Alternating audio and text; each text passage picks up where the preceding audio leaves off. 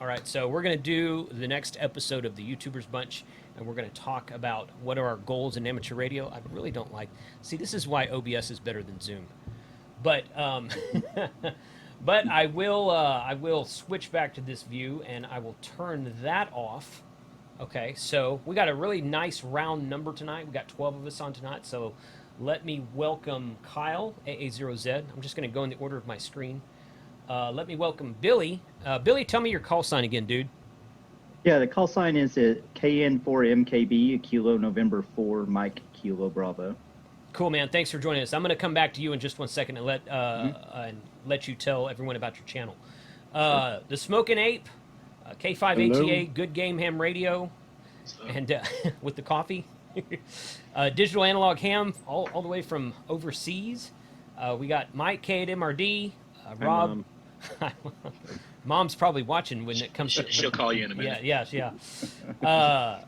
Rob 741 N1NUG. We got Callum, the DX Commander. Ah, hello, very good, guys. Welcome. Pascal. You're live on the Callum Show. That's right, yeah. Pascal Hello, from French Canada. Yeah. It's not a place. Never heard that one before. Yeah. Josh KI6NAZ and and Adam K6ARK coming to us from his car. Hey, everybody. So, hey guys, thanks for being here again tonight. Billy, I'm going to let you have it for like, a minute or two. Tell everybody about your channel. And of course, a link to all of these channels will be in the YouTube description below. So everybody watching can find all these channels here. But Billy's first time here, so please introduce yourself.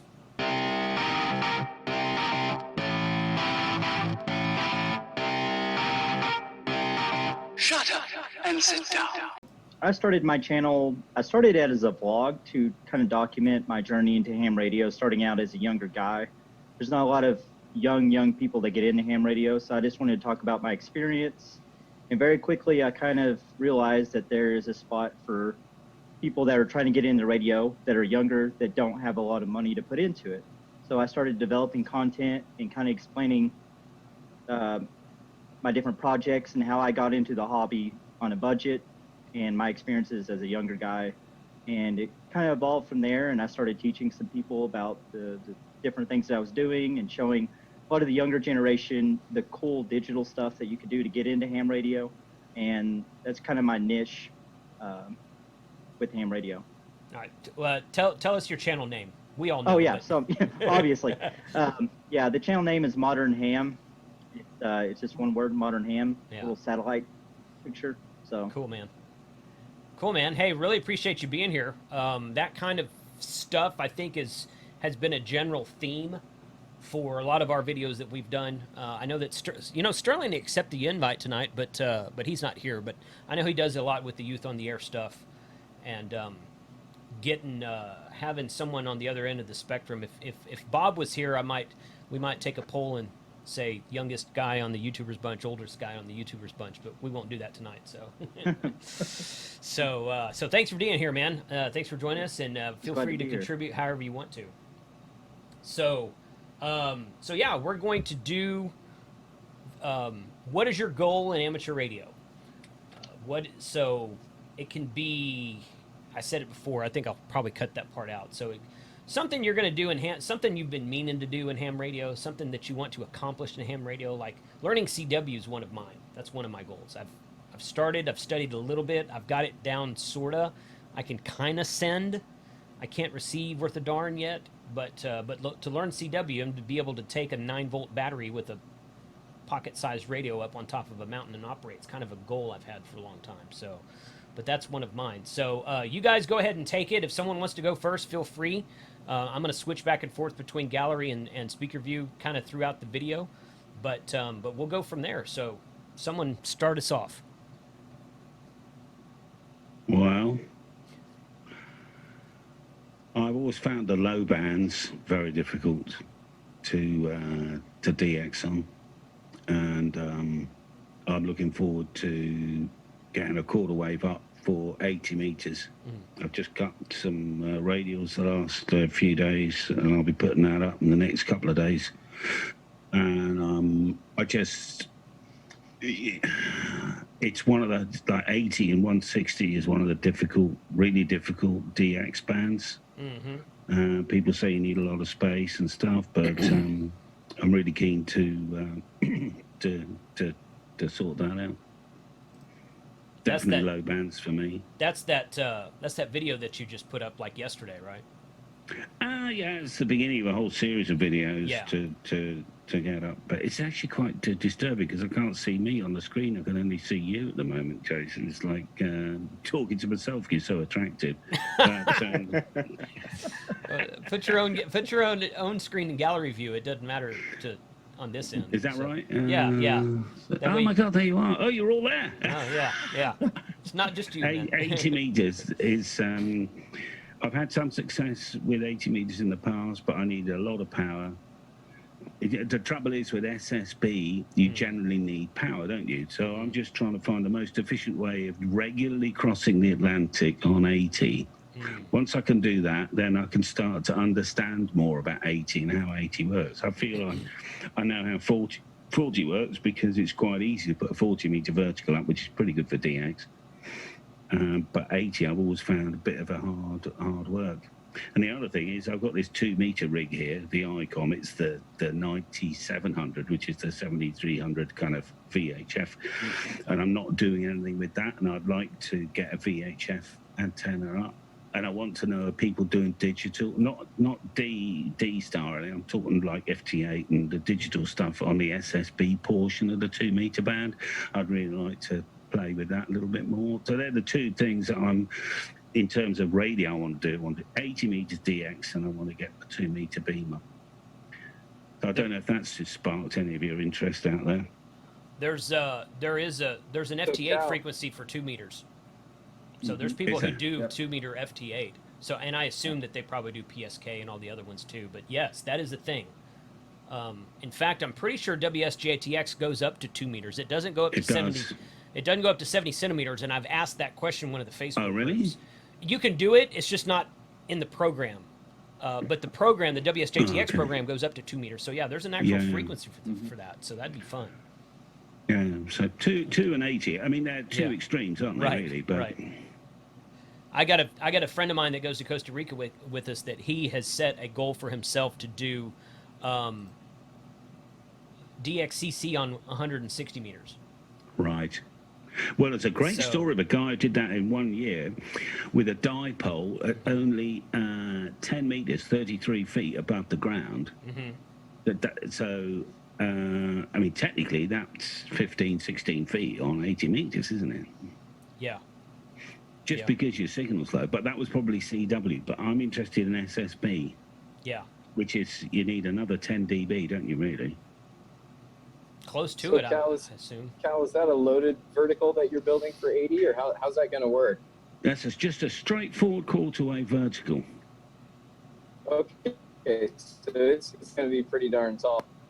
Yeah, it's about 60 feet. I might have to turn over the top just to get the right tune, because I'll go up and then just come back down a wee bit and meet, 6 feet or so. And that'll be my tuning stub at the top. Yeah, very cool. Yeah. So I've got 1,350 feet of radials, 45 radials pre-cut. I've done that the other day.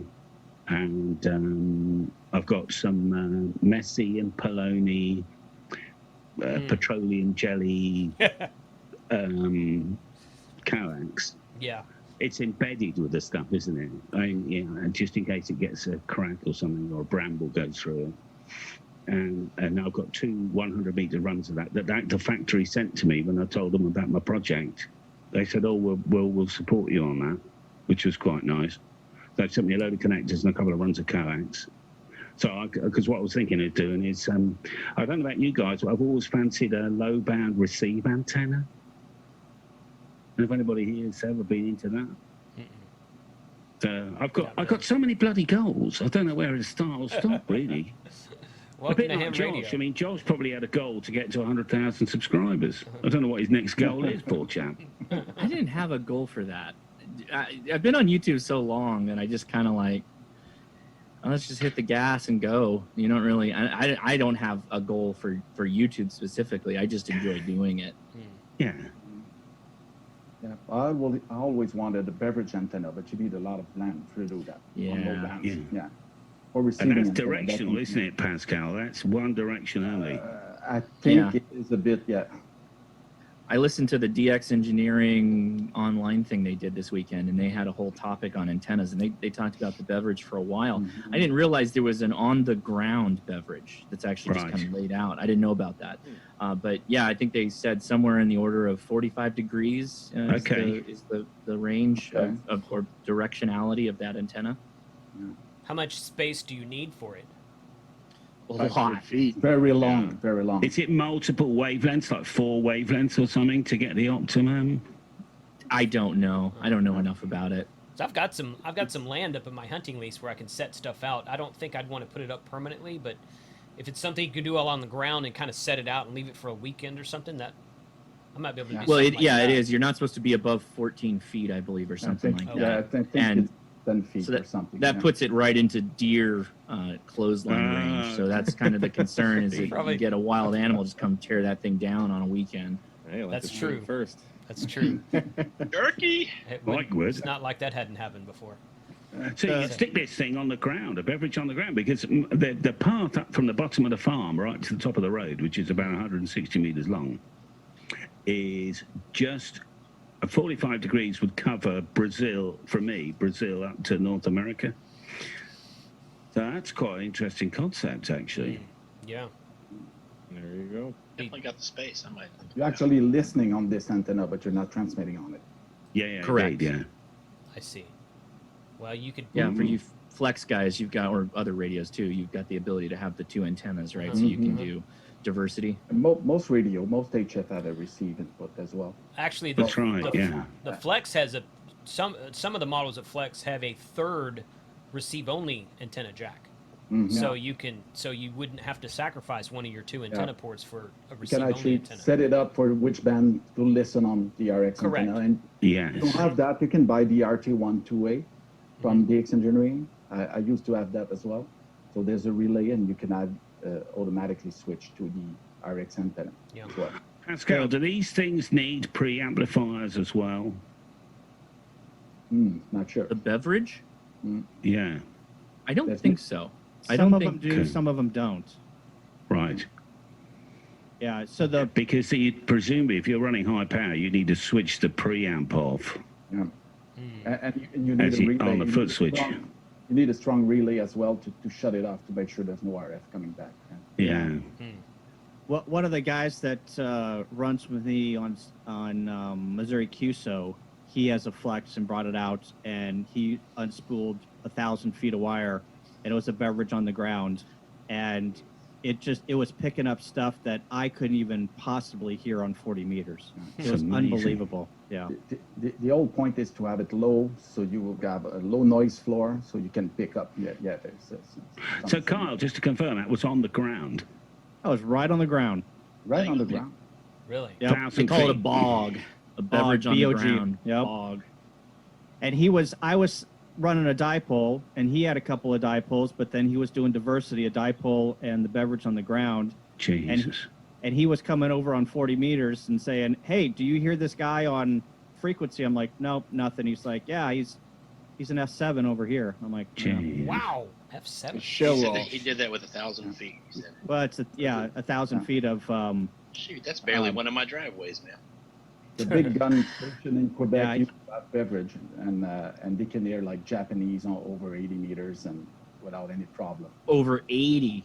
Dang. On 80 meters. Yeah. That's impressive. And usually they have a 4 square for a 40 meter with 4 vertical as well. So there's one guy here about 200 kilometers from here. I think he had that installed in a swamp. Okay, so he has this Wow. 4 square in a swamp plus a beverage. Jeez. Very efficient on 80 meter. There's a guy on YouTube that I'll put it in the Discord on. Okay. He has got a bunch of videos on beverages and how he sets them up, and the counterweights that he uses to keep the brush falling on them and the deer that go through. The deer clothesline themselves, but then they get out of it, and then that counterweight just snaps it back. Yeah. I Like mean, a I'd have window to put window mine- line weight. Be interesting. Literally, I'd have to put mine on the ground with peg it in. Oh, gotcha. Yeah. Yeah, we can't do that in Canada because of the snow, of course. So it's got to be above the ground. Yeah, a little bit. Yeah. Okay, to get back on track, I mean, unless we're all going to set a goal to build a beverage. We're all putting up beverage antennas. I think that's what we're learning here. We all So- did secretly. Yeah, which is not a bad goal to have, quite frankly. That's actually a pretty cool goal. I just need a new house, lots of Right, land. yeah. So it's a long goal to Yeah. get to that point. Right, totally. All right, who's got I'll something else? go. Yeah, ahead, I mean, go ahead. so I've got short-term goals. Yeah. Obviously, I bought some Arden hardware. Jason and I have talked about doing some Arden stuff. So I've got a short-term goal of getting that running. I was jokingly displaying my waterfall on my 7300 right now. I have a very high priority short-term goal of sorting out the noise that is likely coming from the transformer that is in my backyard. We have subterranean power lines, and they've been great all the time. I've had very low noise issues related to power in my neighborhood, and it recently started acting up. So I've been on the phone with the power company. I also tweeted them. That was fun. They actually replied to me on Twitter. So shout out to Southern California Edison. Let's see if we can get this fixed.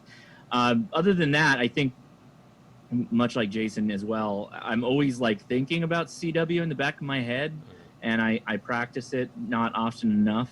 But I don't know. I've got the same kind of like romantic idea of radio where I have a small little rucksack with a box like yay big, and I just gingerly put a wire over a tree limb, and I work the world on CW. I think everybody has that somewhere, that they're just going to go have a picnic with the family and just, sit there and hammer out CW.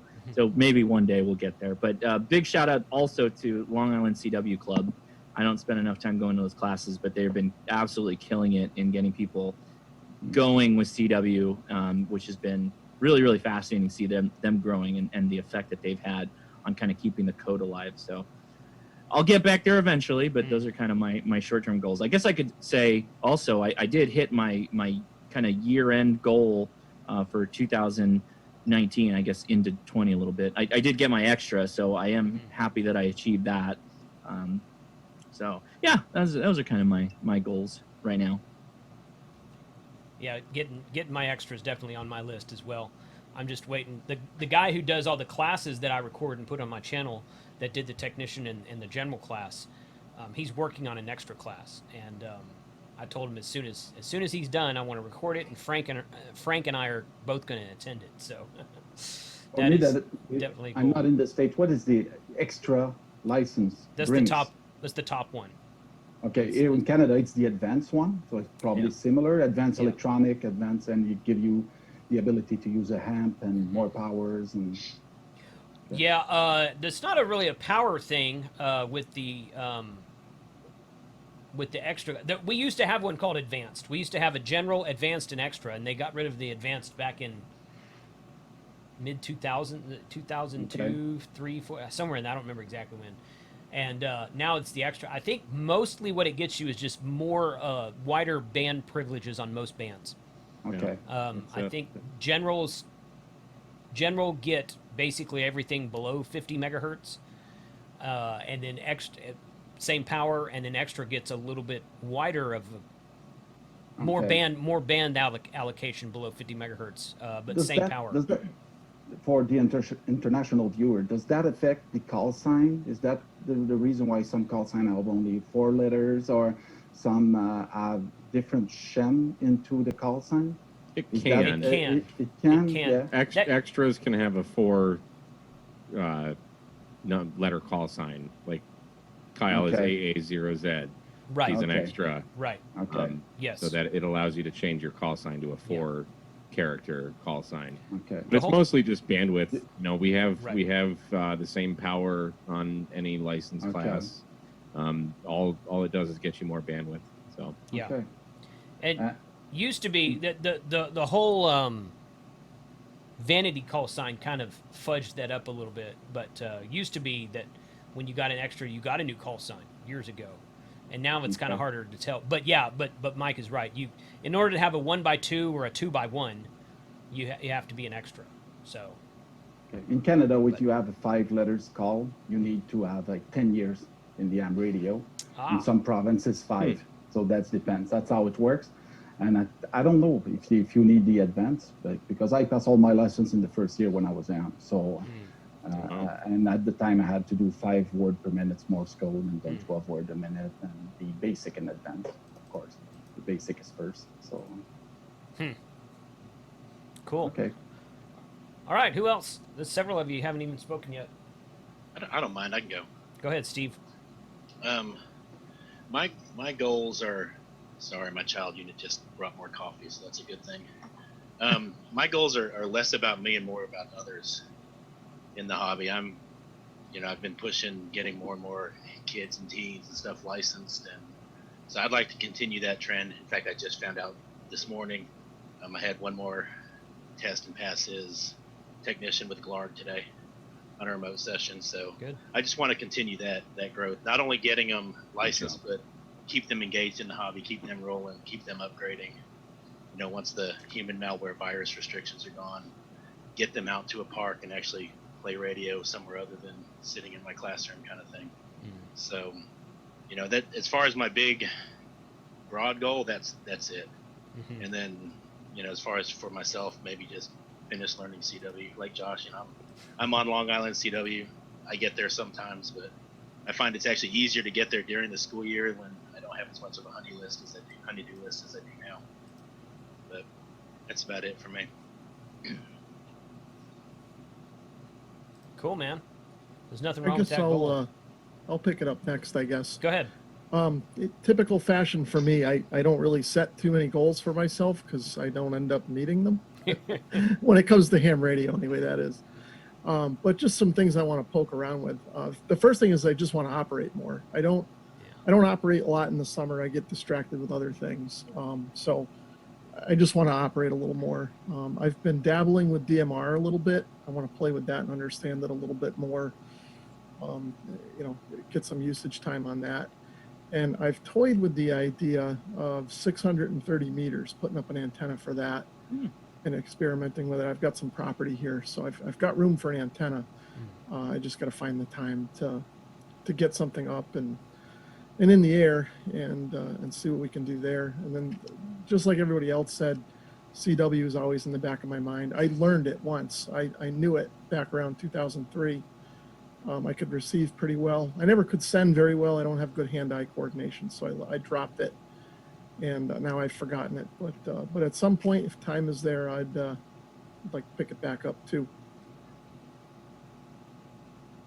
Cool. Yeah. Well, that's good that you have. That's good that so many people have that goal. In my opinion, that's really good. I'm kind of like the opposite. I try to set goals. Well, I shouldn't say that. I set goals for myself, and then I don't meet them, so I set other goals for myself. So that's kind of thing. But I noticed that you put something on your channel the other day, Rob, that was like that's not about ham radio. It was like repairing a dishwasher or something like that. Yeah, I don't do strictly ham radio videos. Yeah, I do whatever I feel like doing, or whatever came up. The ham radio videos I tend to do in the winter and in the fall when other stuff is not going on. So you'll see a lot of different stuff from me, just whatever's coming across my desk, I guess. And that's why I don't really set ham radio goals, because I get my other work goals and family goals that are important to me take precedence. So that the ham radio, I try not to focus on a goal-oriented mentality, because for me it's just a hobby. And I do it when there aren't other things to worry about. That's kind of the way I approach it. Yeah, I kind of agree. I'm the same way. All of my goals are more short-term goals. I would like to pass the extra exam, but I'm not in any hurry to do it. Not because I think it's difficult or anything like that, but just because, I'm not going to take it online. I'd rather take it in person, and I'll just wait until that opportunity presents itself. I think CW is cool, but for me, I just don't have interest in putting that time in. I'd rather put it in other things. for like short-term goals, like I live in a brutal HOA where they govern every aspect, like where you put your trash cans, and I mean it's just terrible. So I'm trying to figure out like the perfect stealth antenna, and so I play around a lot with designing or setting up antennas, and I take them down after a couple of days. I don't have a permanent antenna mount, but I can have an antenna up in probably 5 minutes. So for me, that's kind of where my goal is for this summer, is to be able to get something out there that's pretty much undetectable. I live on a corner lot, and as a result, like, everybody walks around in our neighborhood, and whenever I have a mast or something up, they all stop and stare and point. And if I'm outside, they start asking me a million questions, and I tell, oh, it's a clothesline, or they know I'm full of shit. But Yeah. oops. How big is that corner plot of yours? It's just over a quarter of an acre. Okay. So I don't know how that translates to European, but that's about 12,000 square feet. Yeah. Yeah. So I'm just trying Enough to run around naked and get out of breath. And it's terrible because, like, even if I sit out on my back deck, some of the neighborhoods, like Jean Shorts Dave or somebody will walk by and just be like, "Hey, what's up, ape?" and all that stuff. And I'm like, "Man, I'm trying to get some privacy. Leave me alone. Keep walking." Did you buy the house and then become a ham, or were you a ham before you bought the house? No, I bought the house first, and oddly enough, I bought it because it had an HOA. Because I don't want all the people with cars on blocks and stuff in their driveways, or giant boats that never move and all that kind of stuff. Not that I have anything wrong with that, if that's what you're into. Or jerks with giant antennas. Yeah. Well, it's funny because I put up this huge mast, and even I was like, man, I don't know about that. I thought it was cool, but it was 10 feet higher than all the houses in the neighborhood, and I was like, somebody's definitely going to have a freak attack over that. But so that's what I'm trying to figure out a way to get an antenna up that nobody's gonna catch me with. Hey, what's your favorite bands, buddy?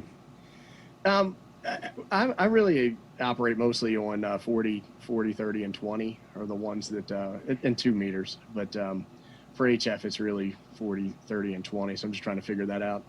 I've been playing around with NFEDs, like with a 9-to-1, and that seems to work pretty well for me. I was thinking about doing an NFED half wave, cut at 40, and then maybe an all center fed. I just want a multi-band antenna. I don't want to have to keep changing antennas or going out and linking and unlinking and stuff like that. So it's kind of where I am right now. I did the NFED half wave. I'm in an apartment, and it's 40/20, and basically I'm on the second floor apartment. I have a balcony outside, so one end is tied off to the balcony, and there's a tree about 60 feet out, and I just chucked it the other end over the tree one night. It's been up for a year and nobody said a thing. Yeah, I think I saw. It goes across the street, right? Like, I think I saw the video that you did on that. I was dying. Oh wow, that is cool, man. Nobody's ever said anything for a year. And I told my fiance, or my wife now. I was trying to explain to her. I was like, we can't move. There's no other apartment I can get into, and I can put something like this up, and nobody's going to say anything. People are always like, you need a mag loop, ape. You need to get a mag loop going. But I don't want to sit there and fool with the capacitor or whatever that knob is on the front of that all day. And they're 10, 20 dB down on regular stuff. They're really hard work. Yeah. So do they call you ape in your neighborhood, or are you just refusing to tell us your name? No, lots of people call me that. So I'm like, so your neighbors are walking by saying, "Hey, ape, what's up?" For sure. I was out there making notes. Now just for corner lot, quarter acre. Yeah. When I walk into the bowling alley, it's, hey, ape. How does that come up? Like, ape, they're just, what's your name? And you say, oh, my name's Dave, and they're like, but you can call me ape. Like, well, a lot of people just know. Okay, whatever. No, a lot of people, like people that I see in real life, not internet friends, they know that I'm into YouTube. I've been doing YouTube videos for a long time, and even way before that, Smoking Ape was just a nickname. So It's probably his license plate. Yeah. It's funny because they called me Commander for years. They call you Lord Commander. In his 20s, he was the corporal, and then as he got older, he became Major. the commander. Major, that's Lieutenant right. there somewhere. Lieutenant, yeah. Lieutenant. Gotta be Soon. Lieutenant. Lieutenant, DX yeah, Admiral good point. soon. DX Admiral, I like it, Josh. DX. You're me in charge of marketing. Right. When you get the Nebula ready, then you'll graduate to Admiral. Like that's your name for this thing, this 18 meter, isn't it? The Nebula. Yeah. It had stuck. You insisted to call it the Nebula, and everybody, I'm calling it Nebula now. I'm walking around That's my the house. perfect name for it. Yeah, is. I'm walking. Damn thing goes all the way up to a frickin' nebula. It's that high. Yeah. You should For guys. those of you who don't know, what actually happened is that we're doing a quiz online, and Emily and Hannah were reading the questions, and Emily had obviously never seen the word nebula before. It was just a science question about a nebula, and she said, "What is a nebula?" And from then on, Mike decided that should be the new name, Blame it on the big wine. antenna that we're launching. I'm Nebula. honored to participate in the naming of Lord Callum DX Commander's antenna. Yeah. Nebula. Nebula. Walk around my Spanish, house really. and say Nebula in an English accent. Nebula. Nebula. Nebula. I was editing our last video earlier today, the show about nothing that we did, and you were talking about getting some PMR 446 radios for Hannah and Emily, and Yeah. and you said they can be Unicorn 1 and Unicorn 2, and I said no, Nebula 1 and Nebula 2. That's their call sign. I only remember that because I just edited the video. So Yeah, okay. Well, we sent Hannah for her birthday a picture of me holding the 18 meter pole, and I signed it Callum, regards Nebula or something. She thought it was slightly amusing. I wasn't there because of social distancing. yeah. We'll have to come up. That's why I was so fascinated. You don't know this if you're watching this, is that before we started recording, Kyle did a little quiz, which was really good fun, actually. But Aid Larson, Australia, sent me 50 handmade science ham radio questions for another one of these quizzes. Nice. Cool. We'll have to do that sometime. I just need a quiz master, which Emily said she'll do, but it'd be nice to get Hannah on a laptop in the jewelry quarter, which is 20 miles away on the other end. Anyway, I'll shut up now. Sorry about that, Jason. That's just all right. holding your show here. That's all right, not a problem. Somebody who hadn't gone yet. I guess I'll I'll give go it a ahead. try. Oh, no, you. All right, fine. Well, I'll give it a try here. We'll see if the reception holds up. That's cool. So good. I am headed back from the Eastern Sierra, one of my favorite places to play in the mountains. And the next mountain range over is the White Mountains. In the White Mountains, there are a whole bunch of high point soda summits that are not too difficult to access. And one of my longer term ham goals is to do 10 soda summits and 100 points in 24 hours. And I don't know how possible that is. I mapped it out, and it'll be basically from the start of the first summit, about 16 miles and 8,000 feet of gain and loss, plus a little bit of driving between some of the summits. So pretty long day. Well, if there's Wow. anyone that can do it, it'd be you.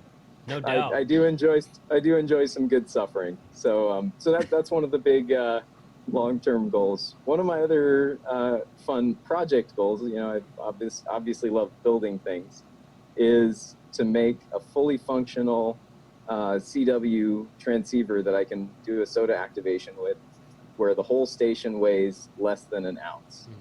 I've got a station in a mint tin right now that weighs about 1.65 ounces, and have activated with that, but I'd like to build one that weighs under an ounce. You got to shed that weight if you're going to do 10 summits Yeah. in 24 Extensive hours. an ounce to killer, man.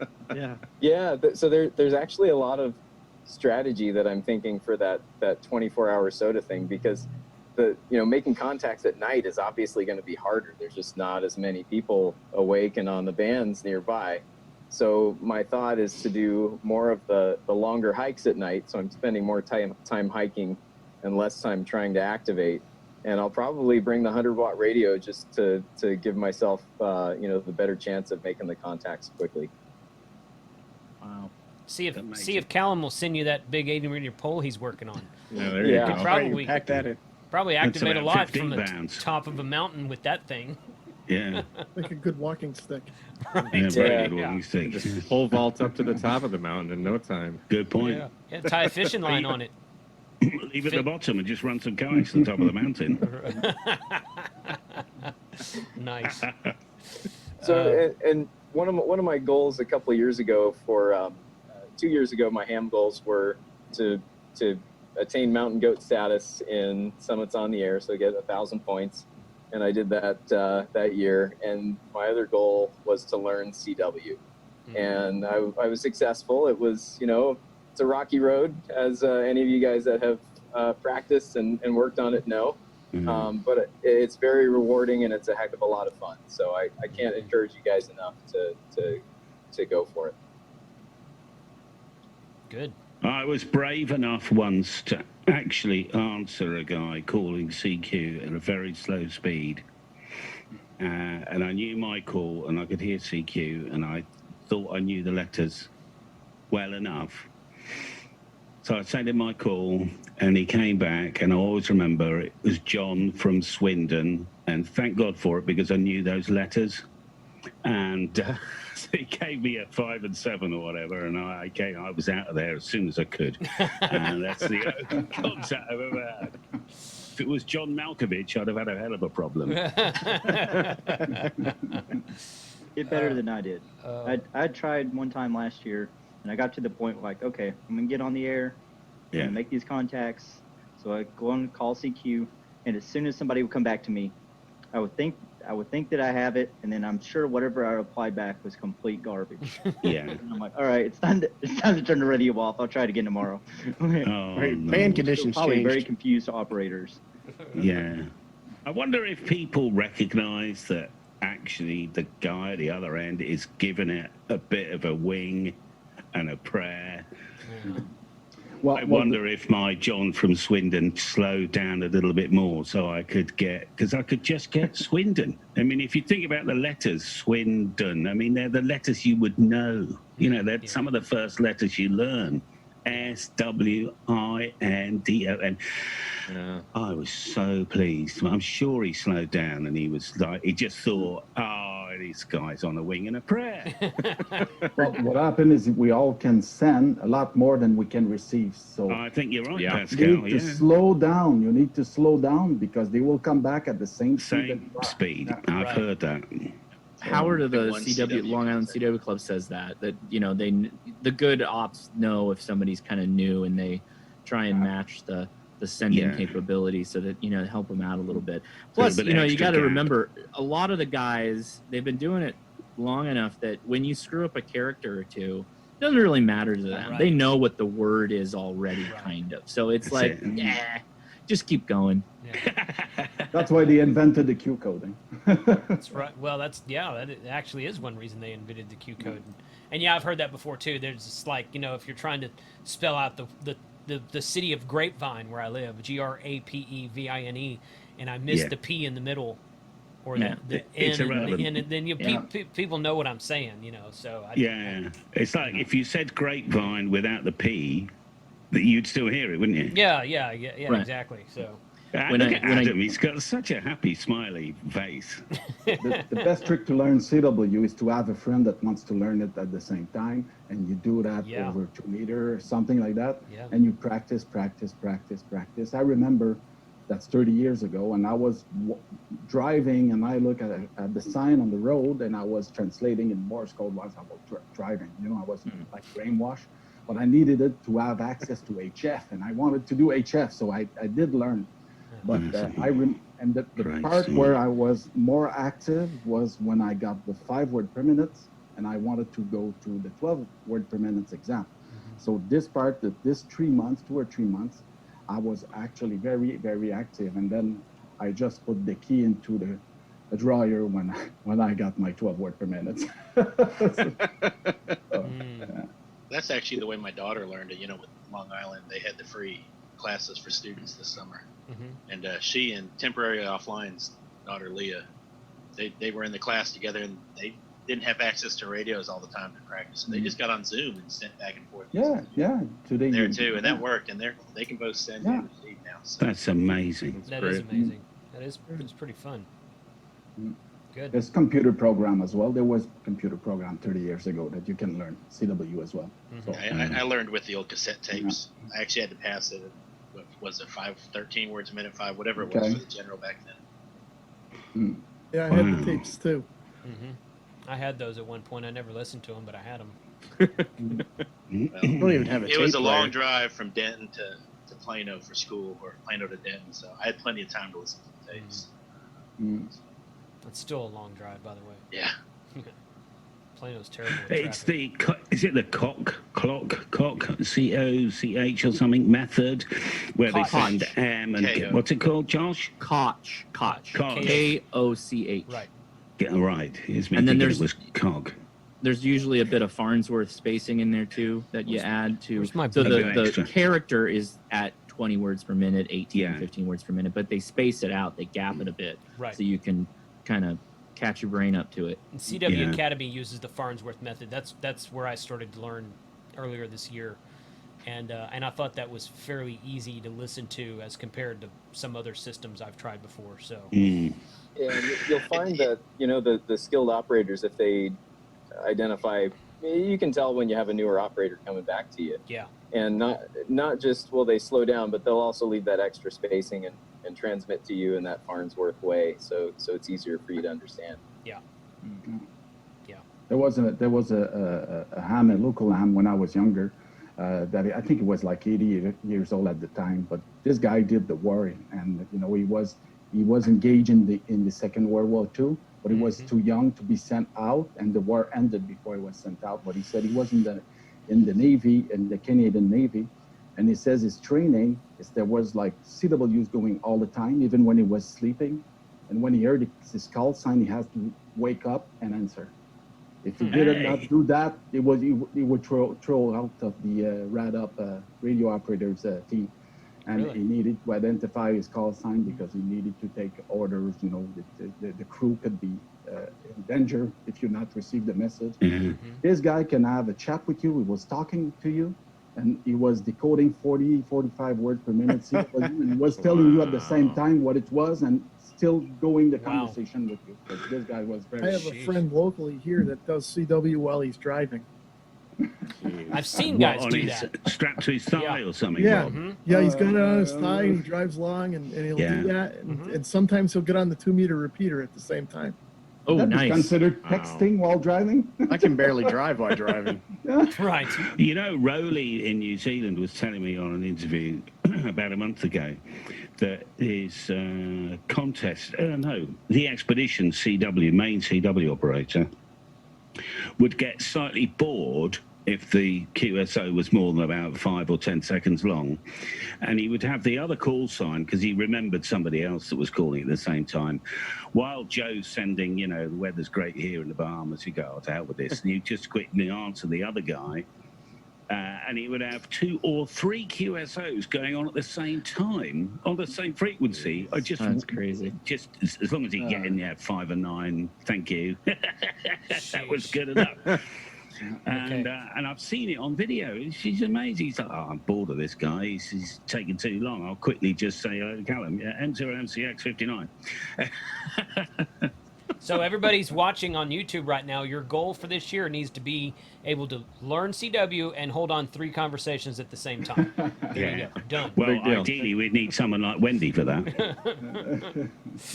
Oh boy, I'd be lucky to send somebody my name with spelling it right.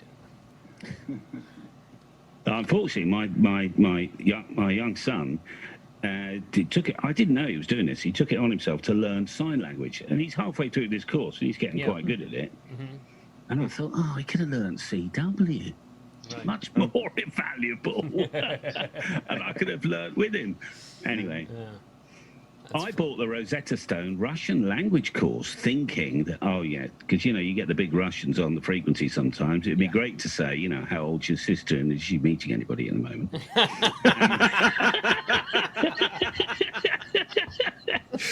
So it was $140, $150 this thing. And I got as far as your mother, your sister. But I never got as far as how old is your sister. But anyway, that's good. Mike's that's good. laughing. Oh, Lord. Cool. Mike, I don't think you've gone yet. I have not. I don't have a whole lot of goals, but ever since I got my extra, I've kind of always thought that it would be really neat to get my VE and be able to really kind of pay it forward, as I like to say. That's kind of really the only serious goal that I have, I suppose. Do you not have any Parks on the Air goals about number I'm of getting to parks? Okay. Well, then get to it, man. Get there faster. I go with Parks on the Air now. Yeah, actually, I have. I just went out today and got another 104 contacts, but I've been working to get a couple what are called Kilo Awards, where you get 1,000 contacts from one park. And I have, after today, I'm probably 600, 650-ish at Proud Lake. And I think I have about 500 or so at Dodge State Park. So I want to get out more to those parks and get that award. It's really nothing other than just an accomplishment. I mean, you get they email you a little certificate saying you've done it, which is great. I still don't even have my extra license on the wall. It's in a frame, and I just never put it up. But so it doesn't, like the physical plaque doesn't mean much to me. It's more just an accomplishment to get out there. So, and it's just, I want to probably keep making just more POTA videos. They don't get as many views so much as like the review videos and stuff like that. Right. But I swear to God, every single time I go out, probably 1 in 5 contacts that I made was someone, just today, was someone that has watched the channel and has learned something and benefited from something that I have shown, which is, it just blows my mind that you can have that kind of impact on a community, and just, you know, I want to just keep preaching positivity and paying it forward. I posted on Twitter a few days ago. I gave away my first HF radio, my Yaesu FT450. I'm giving that away. It's already in the middle. It'll be leaving Monday, and to a worthy young lady ham. Nice. And that just got all kinds of likes and retweets and stuff like that. Like, I felt it like it went viral. Like, and that was just such an incredibly rewarding and humbling feeling to be able to do that. Because as creators, I mean, we get free stuff all the time. Right. And, you know, it's just kind of that way to pay it back and to be able to support a younger ham, and that is a girl. That's just like, that doesn't happen very often. So, you know, that's awesome, Mike. Yeah, just being able to spread positivity and all that's always a goal. So anyway, I guess the alternative is to put it on QRZ for $1,100. Well, it does have the antenna tuner, so I would say, Mike, that your operating videos, although you're suggesting that they don't get as many views, they are extremely entertaining. I love your operating. You know, you can tell you obviously enjoy doing it. That's, right. You know, Derek and I have made several POTA videos, and it's purely because we just enjoy doing it. Yeah. We go out and have a good time, and that is in fact, Mike, you've commented several times, you know, well, why don't you make her log? Well, because it's kind of our thing. It's just the way we like to do it. We like to roll together, and if you're having fun doing it, it shows in your video. Yeah. And it definitely shows on your stuff. It's still the whole backbone of what, you know, why I started the channel was just because of my interest in portable radio. But then it got to be like, you know, I've met some vendors, and they've been kind enough to supply me with some things to play with. And it's more, you know, now it's like, okay, well, we love Parks on the Air, just portable in general. So what antenna works best, or what radio, or, you know, here's some QRP things, and here's, so it's kind of become a kind of a portable channel, so to speak. So, and I've been having a lot of fun with it. So I don't know, I guess 10,000 subscribers is on the way, but I'm probably about 8,500 right now. So I don't know, 10,000 will be a pretty good milestone, I think. So that's good. I've been watching your numbers, waiting for that to happen. Now, one of the cool things about Parks on the Air, I think, is that your friend up there who kind of runs the whole website, Tom, I think his name is. Well, there's a few actually. There's Tom and Julie Martin. who Yeah, Tom are- Martin. That's him Yeah. because he was the one that was at the DCC in Detroit last year. Yes, yes. And he said at the time he gave a little short 5-minute presentation on what is Parks on the Air. How was it, and at the time he said he had activated every park in the state of Michigan except for one, and that was on an island somewhere. So he went and bought a boat. Yeah. So that he could get in a boat and go to this Yeah, park he- and activate the last park. And I'm like, that's a freaking cool goal, man. I wish I lived in the state the Yeah. size of Michigan and had a lot less parks in, because we got Yeah. like 256 parks in Texas. I think we But- just doubled the parks in the whole Parks on the Air database. I think they added a couple They thousand did. more across Yeah. the country. So Yeah, yeah. It's, But that's it's definitely gotten bigger. So Yeah. which is a good thing because a lot of people were complaining, especially like in the middle of the country and Right. like the Montanas and Dakotas and kind of some of the more out there places. There might be a lot of national land, but they weren't necessarily a Parks on the Air designator because the Parks on the Air people wanted to have parks, like a certain number of parks activated before they added more, which I don't necessarily agree with, but that was their thing. And it is what it is. But now they've added at least 2,000 more. So you look at the Parks on the Air map now; it's stupid. There's a lot out there. Yeah. A whole lot. Yeah, So a whole lot. That's true. Yeah, it's but getting huge. It's getting into so Andy Ragg in the UK. Yeah, he started the Parks on the Air program Right. in the United Kingdom. Right. that's right. Because he said that he was watching my videos. He was talking to Carl 2E0 UK. What the heck is his called? EZT. Yeah, thank you. And he mentioned, I'm like, what? yeah. Same Yeah. thing in New Zealand. It's like, holy crap! Like we are like changing the world. Right. In Yeah. radio, it's fantastic. Promoting and radio. Yeah. That's what you do Yeah. best. It was through Andy actually that I activated my first park down by the ocean in Cornwall or Devon, wherever it nice. was. Yeah, That's fantastic. Somebody did that. So- Somebody did that for Costa Rica. I have no idea who did it, but there's like 13 or 15 parks in the entire country Mhm. of Costa Rica. Maybe it's 25. Some he's- small number like he's that. emailed me. I forget his call And- sign. Somebody from Costa Rica's emailed me about that. And I was like, going to batteries and do, stuff. because the park near where we go had never been activated, and I was going to activate it last April, and then human malware virus. But Yeah. I'm looking forward to getting back down there. I'm going to do some parks activations when I get back down there. That's going to be fun, too. It's a in blast, another man. country.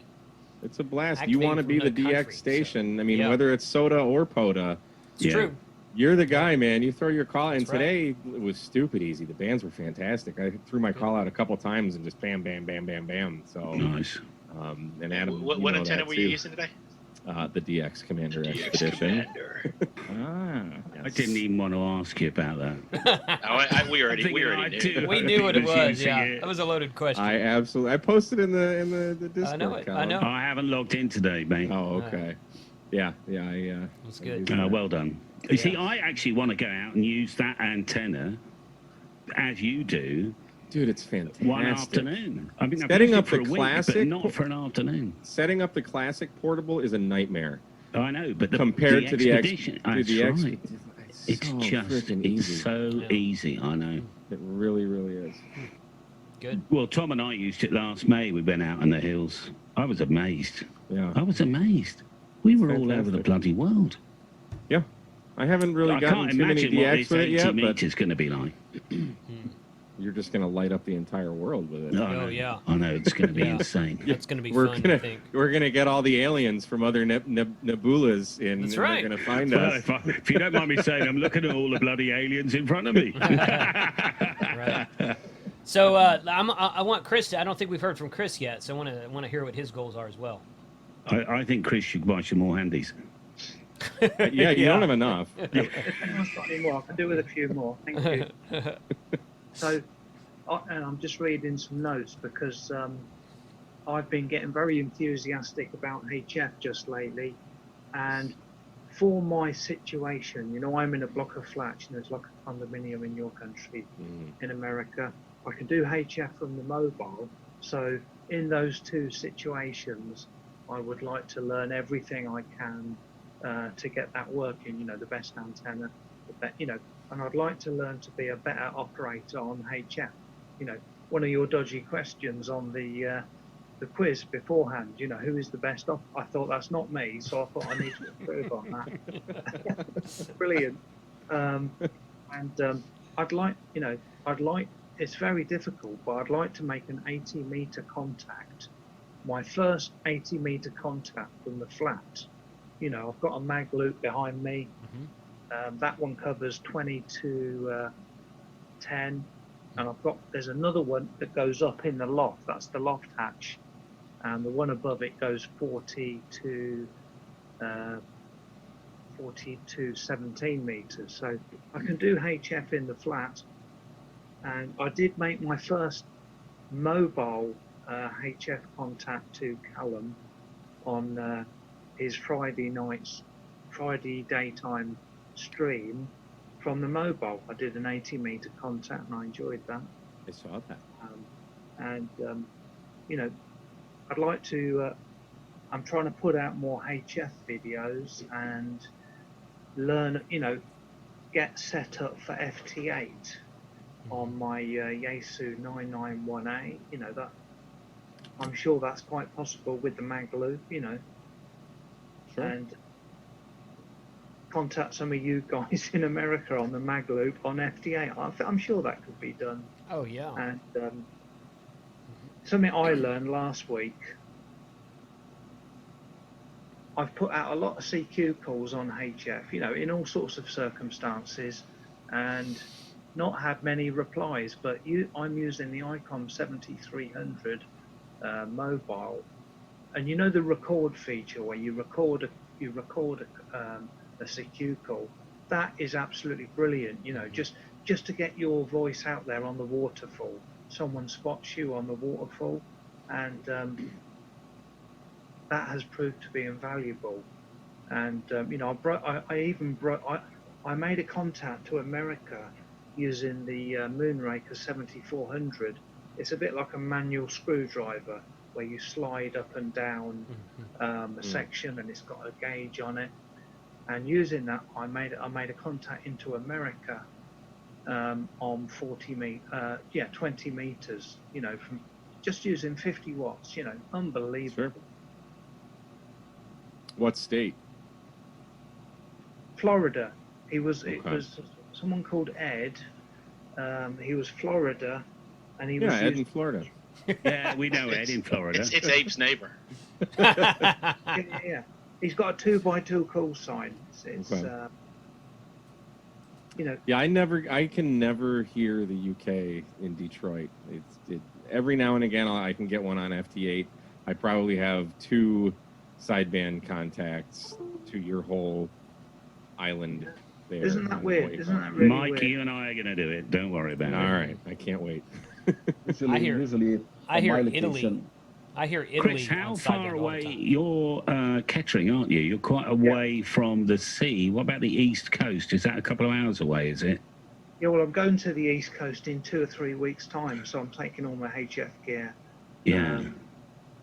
Well, just sort of 8 till 10 at night on 40 metres. Call CQ like your life depends on it. And you probably get some DX, you know, just after dinner. Yeah, you're one of my first contacts on 80 meters. You know, I'm quite excited about doing it. Indeed. And I've done it on the mobile, and I've not got a contact out of the UK yet on 80 meters. But Okay. if I'm Late at going to be night. sitting up on the sea, you know, on the seafront, and I think I might just get France Yeah. from the mobile. Yeah. If you can wait till it's literally dark in Newfoundland, you'll get that whole East Coast. But the trouble is, at this time of year, it's 1, 2 in the morning. Yeah. Our time, which is bloody late. I'm Cal's looking right. forward to the winter, to be honest. Timing is everything with that stuff. It is. Yeah, day-night cycle for Right. sure. Capitalize on that gray line. For sure. Let's I think we've heard from everyone except for Billy and Kyle. And me. Has everyone else go? Did you And go? me. I thought you went, Pascal. No, I did discuss with you guys, but I didn't went with my goals. No. Okay. Then let's go to Billy and then Kyle and then Pascal. You can close it out if that's good. Good. Okay, Cool. Billy, go ahead. All right. So I've got a short-term goal. I've got a long-term goal. My short-term goal is to actually finish Worked All States. So it's nice and simple. The only things I'm missing is Nebraska and Alaska. So and Join the club, I think. yeah, I guess so. I don't know what the deal is with Nebraska. I can kind of understand Alaska, but that's kind of what I'm struggling with now. My long-term goal, when I've had since I started amateur radio, is to make a two-way contact with someone aboard the ISS, voice contact. That's one I've been really wanting to do. I know they occasionally and randomly make random contacts, times when like they're like before they sleep and when they wake up in the morning. You know, obviously not when they're not working during the day. But I think that would be a really cool experience, and if I can get it on video, that would be even cooler. I mean, I would love to be able to like capture something like that. You know, I've seen a few videos of some guys do that, and I've been on Reddit. I've seen some guys detailing their experiences with it. So yeah, so every time the ISS goes over, if I have the opportunity, I'll call on voice just in case. So hopefully one day that might happen. I don't know. That would be fun. I would like to do If that you myself. Have you heard of ARIS? ARISS. They're the ones that do the events with the local schools with the astronauts when they do a contact. Sometimes, and this is again super rare, sometimes if they have time at the end, they will try and take contacts with hams either before or after the pass. So it really depends on where the school is that's communicating with the ISS at the time. So if they're doing an East Coast and it's passing over to you, you might catch them on the beginning, right? Versus on the end, on another pass where the contact location is. So if you follow them, you can kind of track when they're going live. I didn't even think of that. They probably like to test the radio up right before they go live, or well, you can you can at least there. Exactly. You can at least do a test to see that you're making it or you're hearing them, right? And of course, do the APRS beacon because that's always on and that's working. Just an FYI, some of those frequencies are not published because they don't want interference. Yeah. So you can find it though if you know the you path can of the scan ISS. You can figure it out. Yeah. Just not scan, telling you to, you know what I mean. Scan with your Baofeng. Right? And Yeah, I would say use your SDR Canada. That might be a little more effective. The ISS, I've did some digipeating with the Baofeng over the ISS, with the whip antenna. Yeah. Absolutely. It's very difficult, but it can be done. Cool. Chris did some ISS last week, didn't you, Chris, Yep, with just your did it today. little handy? You're muted, Chris. Yeah, I'm back on the audio. Yeah, I did a ISS contact with the FT3D and a telescopic antenna. And what I did was I went to the ARIS beforehand. The preparation I did, the radio settings, I've done it before. I did a live video. Can I do it? I did it with a mag mount, but I went to the ARIS website and I saw that they were taking contacts on packet APRS probably an hour ago. So I knew they were active and I knew it was going to work. And I got a contact and it was wonderful. And I climbed up out my window on a chair and just on a handheld and a telescopic, I hit the ISS second time running. So it was a big risk, but it paid off. And he didn't fall out the window. Yeah. That's good. That's good. That's one of the big aspects of ham radio, I think, that it's important to capitalize on with younger people. Because when I tell them, hey, I can communicate with the ISS with the radio, like digitally and stuff, they're like, it blows their minds, and it's so simple. Yeah, nice one, Billy. It's cool. All right, let's go to Kyle. All right, so just a couple of goals here. So I've been learning CW. I've been at this for probably 3 years and started and stopped. I think Sterling and I kind of have the same story if he was here. And this last time it finally stuck. So I'm up to about, I practice at 25 words a minute. I've hit that 13 words a minute barrier. So the problem that I'm having is I can receive better than I can send. So I am working on my sending right now. Good problem to have. Yeah. So that's rare. Yeah. So do a lot of dits, whenever I send. That's the mistake. I've hit a mistake, and I need to resend this. So my goal is to activate a POTA park all on CW. That is my goal. That's great. I realized, I'm a big contester, and I love to contest. And I really, this last year, I did Missouri QSO Party on my own, and I missed out on so many rovers because they were only running CW. And I could have doubled my score. I mean, I did well. I did very well on my own, but I could have easily doubled my score if I would have gotten all those CW contacts. So I'm getting there. It's literally, for all of those who want to learn CW, it's 30 minutes a day. I literally practice 30 minutes a day on CW, and that's. What do you use? What do you use to practice? So I use actually let me bring it up on my Android phone. It is a app called IZ2UUF. And I just downloaded that. Yeah, it's easy to remember. And just Google in the Play Store CW Trainer. It's in the Google Store. And then also, I use Morse Code Ninja. If you click on that website and you click on 25 words a minute and all the states or different call signs or whatnot, it just throws you to a YouTube channel. And I have playlisted that YouTube channel. And if I want to practice states, I just load that playlist and play that YouTube channel with my headphones on whenever I'm running around the park or whenever I'm doing, whatever in my car, and I'll practice the states. Or I'll practice 2x3 call signs, or I will practice common words. And it's just, and it's great. It gives you the CW. It gives you about a half a second to a second, and instant character recognition is the key. I mean, if you do not have instant character recognition, you're kind of still flying around on, trying to tread water here.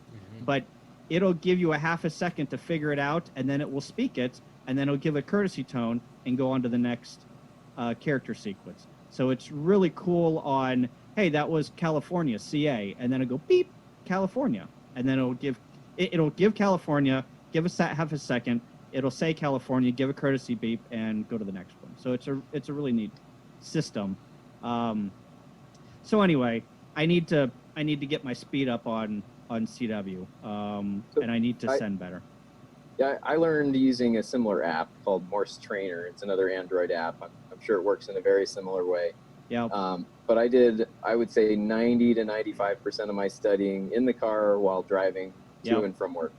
Otherwise it's wasted time and just play it and head copy. Once you have that baseline, the basic letters, you set that Farnsworth speed and to a spot where you can copy, 40 to 75%, somewhere in that range, and you learn fast. Yeah. And you start to outgrow certain apps. Like I was doing Morse Runner. Morse Runner, that's a beginner app, right?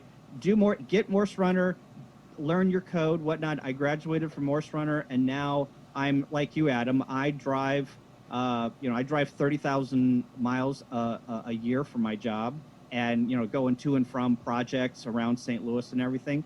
And that's how I've learned. I will put that on in the car, and 45 minutes later, I'm still doing CW, and I'm like, man, I've done CW for 45 minutes. This is insane, So the key is practice. You've got to practice, right? And then another, just two more real quick ones. I don't operate enough. I want to operate more. Like I do a ton of stuff for my club. I give out a lot of information. We have a lot of new ham stuff that we do. We have training classes. We have mentoring sessions. We have back to basics sessions that we do. I give out a lot of advice, but I don't do a lot of operating. So I just want to do a lot of, I want to concentrate on operating and become a good operator. And that includes more contests, more POTA, more SOTA. There's some SOTA summons down by my house. I want to activate all those. And then grow my YouTube channel. That's the goal. So more videos, more time to put into it. You know, that's my goal. Like him. Very good goal. Very good goal. All right, Pascal, you're up, man. Yeah, well, I have actually the same goal because I got a viewers who told me we don't hear you on the band, so I'm not active enough because either I work, and when I'm not working, I'm working on a video, or I'm working on a review for something else, a written review for a magazine and things like that, and I'm not operating anymore a lot because I don't have the time. So I want to get back on the air. So and I try to not have too much goal because I always realize my goal. You know, I was trained like this. My job is always goals. So you have to meet your goals, and you know. So I try not to put too much goal on me because I will do it. Okay, and that's a lot of goals there. So I try to be careful with that. But one of the goals is to be back on the air and be more active. So I did. I just got a new setup for the live stream. I did my first live stream yesterday. Oh, cool. And I have a setup now, and I will be more active and interact with people on the air. And this is something that is a goal for me. And a longer term goal is to replace my tower with a crank-up tower. I want something that I can bring down the antenna as I wish, without having a rigger or, you know, have a big setup. I just wanted to bring it down, try another antenna, put it back up. And this is something that's the other costly thing that I need for my station. This is one of the projects that I really would like to do in the next 2 or 3 years. And I did find out that most of my popular video are training video. And I want to go do a lot more training video. I was teaching AM radio class, and I was a volunteer examiner as well a long time ago. And I want to come back into explanation that was part of my job at some point, explaining, you know, complex technology to customers. And I want to go back into explaining things my way, different way, and try to have people understand. And this is something that I'm going to do more, because every time I try to do a review, well, it's always out somewhere before Canada. So my review is most of the time obsolete because the radio was not available in Canada like 2 or 3 weeks after the radio got out. So I tend to go a little bit away from the equipment review, and go and try to concentrate on training video. So, and bring new arms. And something I would like to do in the future is having the ability to do a very serious documentary about AM radio, and maybe we can do this together, okay? At some point, interview AMs, what AM radio did for them, because for me, I made my career out of AM radio, okay? Because I'm not working in AM radio, but I work in telecommunication, but I did study first in business, okay, in business management, and then I went back to school, study electronics, and now I'm merging both. Okay, I'm doing both after 24 years at the same company. But this brought a lot to me. So I don't mind investing in equipment, because for me, it made my career, and it's something that the passion, I live my passion every day, and something I wish for my kid is find something in their life that they love so much that they will be good at it, and working will be playing all day, not working. So this is something, if we can have young people follow their passion and go into an hobby like this and learn technical stuff. And I don't know about Billy, he's young, he's probably the youngest of the gang here, but maybe these guys are, like Sterling is network engineer, I believe, and you know, bring people that are technology, you know, eager to learn technology, bring to the hobby, and have them, you know, follow their dream, follow their passion. So this is something I really would like to send out with the YouTube channel. So this is one of my, I think, the biggest goal, and having new arms. And when I'm in the Hamfest and there's a young guy come here, hey, you know, I was looking for something for airline radar and SDR, and then I found out your channel, and I just passed my license. This is a paycheck. So, fantastic. But I think, Pascal, we all make better videos, the ones we enjoy. Yeah, true. Yeah, it's got to be authentical. Yeah, that's right. if you're good at something, you'll make a great video about it. Mm-hmm. Mm. Agreed. And I always choose, you know, everything I have here, I always choose first. Okay, I get stuff sent in. Sometimes I refuse stuff, you know, people want to, because I just don't want to do the review. I just don't feel like it. But I usually choose what I have in the shack, mainly high-end equipment. And this is, and there's a, and I could study the thing for months before I buy. Okay, so Yeah. I want to go to the specs and make sure that it's going to suit my need. So I'm pretty convinced when I do my video. So that's why there's no regrets, and it's always objective and positive, because I did go through a normal customer process. And this is important, I think, to be authentical. So all the reviews that I do needs to be in my plan, in my project plan. Yes. Very good. That is great. Hey, guys, this has all been very good information. You've actually, I think pretty much all of you have inspired me to set some loftier goals for myself. Because there's something, Jason, sorry to interrupt. Go ahead. But Kyle's, you know, I was taking note of Kyle was saying about the application he used to learn Morse code. Yeah. We get questions as YouTubers, many questions similar to that. Sorry, I just hit my mic. But we should have a web page, a resource center where we can send our resource links so we can combine and send people there. So it's good. It will meet at some points. Less work for us, but we all have tricks and, you know, and resources that can be helpful to other YouTubers. So just a suggestion before. It's a good idea. Yeah. Good. Something to think about, sure. Yep. But I figured out a short time back that if I need to, if I'm going to set a goal for, if I want to get something accomplished in ham radio, I need to start thinking about making a video about it. And then I'll be like, that's motivation. I'm like, because I love making videos. I'm like, man, I've been sitting here in this ham shack for the last couple of years, and I say, I want to do that. I want to put this radio in. I want to put this new antenna up. And I'm like, okay, I'm going to make a video installing this antenna. I'm going to make a video. And now I'm actually working on it. And now I'm like 2 videos into this ham shack redo thing that I'm doing. So figure out how to motivate yourself. Yeah. So you guys that drive to work every day and listen to Morse code, that's great. You figured out how to motivate yourself. That's awesome.